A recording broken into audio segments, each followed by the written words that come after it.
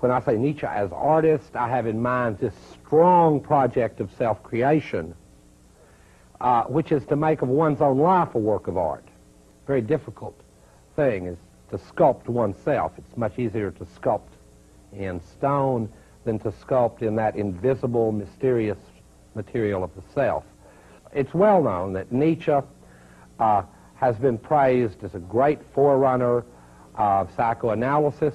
The original project of psychoanalysis, according to Freud, was that the id, or the it, the unconscious, unreflected parts of ourselves, become reflected parts, become the I, the ego. That was Freud's project for psychoanalysis.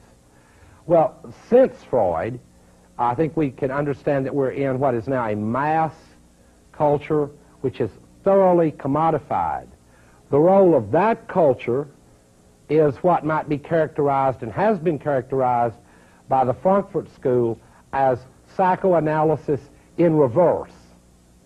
Namely, that the parts of us that are reflected, self-consciously creating, become unconscious. Just sort of psychoanalysis in reverse gear.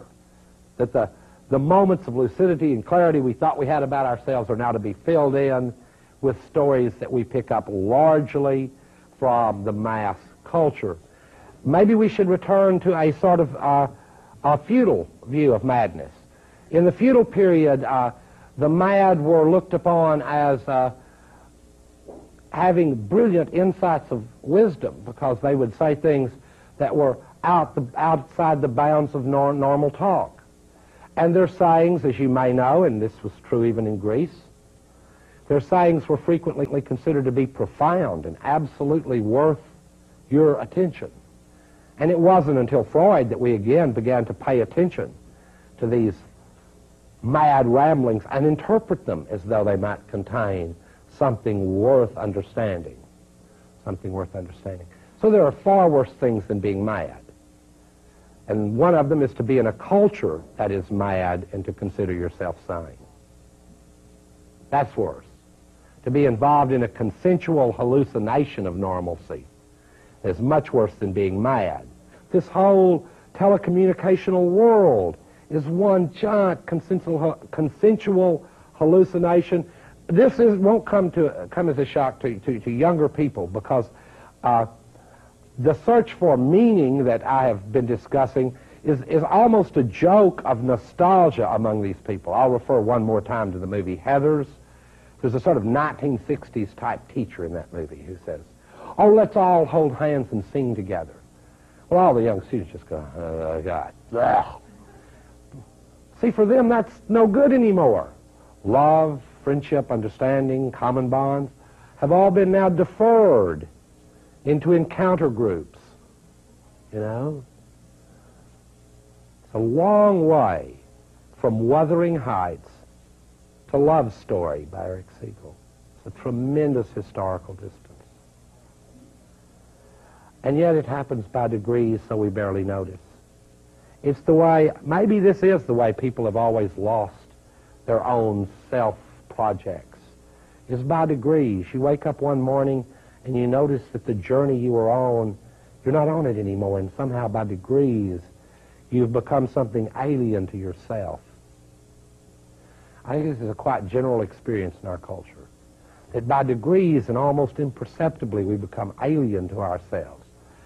And that this is experienced by some of us older types, described by paleo-conservatives as refuge of the 60s. It's described us as a sort of loss of lived experience, but by some of the younger, giddier type theorists of the postmodern, it's described as a kind of liberation. In other words, don't worry about alienation and ecstasy. Those things are over. Ecstasy is now the name of a designer drug for yuppies, and I don't want to hear about alienation because it's alienating to hear about it. We know that it's the case, but it's alienating for you to tell us about it. So it puts the critic in an unusual position in a society like that, because the critics of our society themselves are, of course, ordinarily commodified critics, because they just go, crucifixion of Jesus, right or wrong? Wrong, wrong, wrong, maybe, you know? The right answer is right. And then you just go. That's public discourse. Now notice about it this. While it is public, in the sense of publicity, it's unilateral, it's quick, it's fast, it's factoid. It is totalitarian.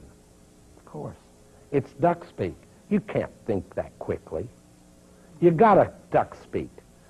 I mean, this is why the breakup of the Soviet bloc creates great confusion, because we've been taught that duck speak so long that now we don't know exactly what to talk anymore. It's hard to go, well, those communists, projects. We never thought about that in the first place anyway. It was just duck speak. Now that it's all breaking up, new topics for duck speak are hard to find, and I guess one of them would be, the Middle East. Those people are different than we are. Yeah. By the way, that is a moment of the communitarian in a postmodern landscape, is when you create a pseudo-community. A pseudo-community by opposing it to another pseudo-community. I'll give you an example. Saddam Hussein, as many people in the Arab world knew, wasn't exactly a good Muslim. But we had to construct a certain kind of sort of Muslimic threat that would be palpable to people in our own cities and stuff, out of this person, and to create a kind of pseudo-communitarian consensus on the other side. Buddhism, as we now know, along with many other religions, are antiquated in the face of a telecommunicational network which has more than replaced all the functions of traditional religion. We have televisions. It is a stupid strategy to think that you can turn them off. All that can happen is they can turn you off. You can't turn them off. Try to explain that remark, because many people around universities love to brag, I don't watch TV. Well, damn, that's historically crazy and unconscious.